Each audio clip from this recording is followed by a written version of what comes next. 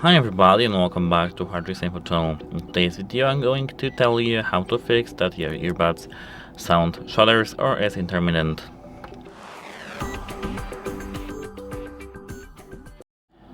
So here in these headphones we have only a few things to fix.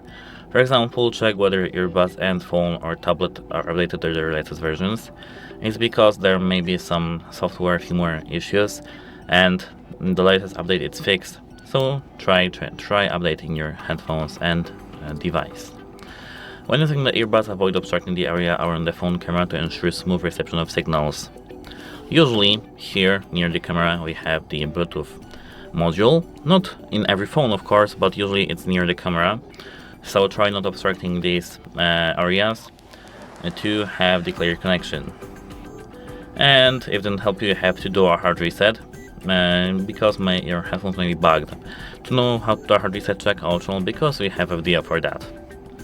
And that's it. Hope it helps you and have a nice day.